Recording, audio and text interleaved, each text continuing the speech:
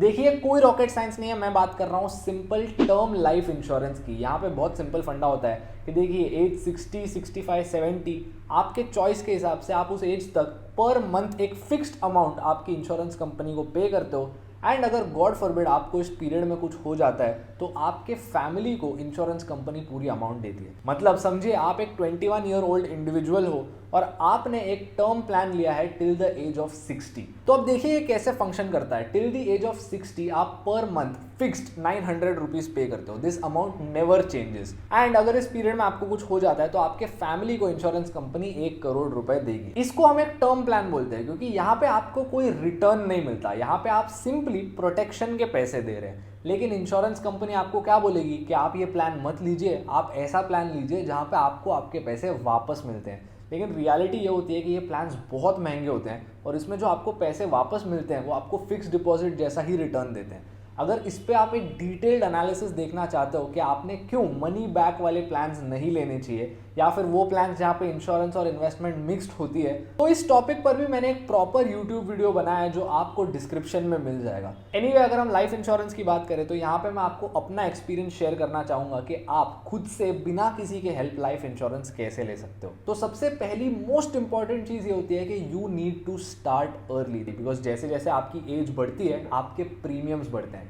For example जब मैंने insurance लिया था आई वॉज 21 और उसके 3 दिन बाद मैं 22 साल का हुआ। सिर्फ इस 3 दिन की वजह से मैंने अपने टोटल प्रीमियम में 2500 रुपए बचा लिए। तो अब बात आती है इंश्योरर सेलेक्ट करने की कि मैं किस कंपनी से इंश्योरेंस लूँ। इतनी सारी कंपनी से देखिए आपको 2 मेन मेट्रिक्स देखने हैं। सबसे पहला होता है क्लेम्स टू सेटलमेंट रेशियो, यानी कि एक इंश्योरेंस कंपनी कितने सारे टोटल क्लेम आए हैं और उसमें उन्होंने कितने सारे क्लेम्स लोगों को दिए हैं।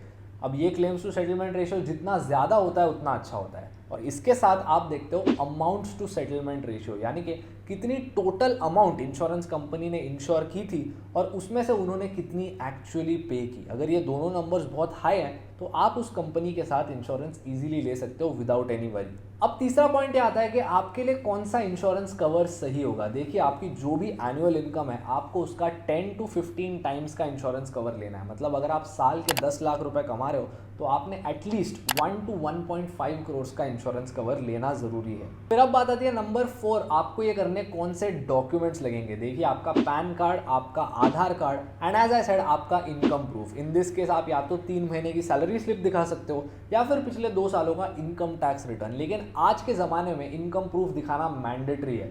एक टाइम था जब इंश्योरेंस आप बिना इनकम प्रूफ भी ले सकते थे, but it doesn't work like that now. फिर अब fifth and most important point, insurance company आपको पूछेगी इंश्योरेंस लेते समय इसके साथ आपको कोई एड ऑन बेनिफिट्स चाहिए या नहीं। और ये एड ऑन बेनिफिट्स बहुत सारे होते हैं तो आप वहाँ पे थोड़ा कंफ्यूज हो सकते हो, तो इसीलिए फटाक से आपको सिंपल वर्ड्स में सारे एड ऑन बेनिफिट्स बता देता हूँ। सबसे पहला होता है एक्सीडेंटल राइडर, यानी कि अगर आपकी डेथ एक्सीडेंट की वजह से हो जाती है तो आपको एक एक्स्ट्रा कवर अमाउंट मिलती है। यानी कि इंश्योरेंस कंपनी आपको बोल रही है कि आप मंथली 900 रुपये दो और आपका 1 करोड़ का कवर है। लेकिन अगर आप मंथली 950 रुपये दोगे और आपकी एक्सीडेंट से डेथ हो जाती है तो आपको 1 करोड़ तो मिलेंगे ही, उसके साथ एक्स्ट्रा 20 लाख रुपए मिलेंगे।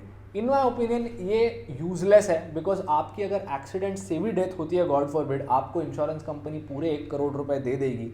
तो ये राइडर लेना बिल्कुल यूजलेस है इन माय ओपिनियन, मैंने भी नहीं लिया था। फिर दूसरा आता है क्रिटिकल इलनेस राइडर और टोटल परमानेंट डिसेबिलिटी राइडर। इन सम इंश्योरेंस पॉलिसीज ये कंबाइंड एक राइडर होता है, कुछ इंश्योरेंस पॉलिसीज में अलग अलग होता है। यहाँ पे क्या होता है कि इंश्योरेंस कंपनी के पास एक लिस्ट होती है जो आपके साथ शेयर की जाती है। अगर उस लिस्ट में से आपको कोई भी डिजीज हो जाती है तो इंश्योरेंस कंपनी आपके फैमिली को एक एक्स्ट्रा अमाउंट पे करती है। यानी अज्यूम कीजिए उस लिस्ट में XYZ डिजीज का नाम था और आपको डॉक्टर बोलते हैं कि आपको वो चीज़ हो गई है, तो अब इंश्योरेंस कंपनी आपके फैमिली को एक एक्स्ट्रा कवर अमाउंट देंगी। This kind of acts like health insurance. और दूसरी चीज़ है टोटल परमानेंट डिसेबिलिटी, जहाँ पे अगर आपकी डेथ नहीं होती लेकिन आप डिसेबल्ड हो जाते हो कि आपको आगे काम करने का कोई स्कोप नहीं है, तो भी आपके फैमिली को इंश्योरेंस कंपनी पूरे पैसे दे देगी।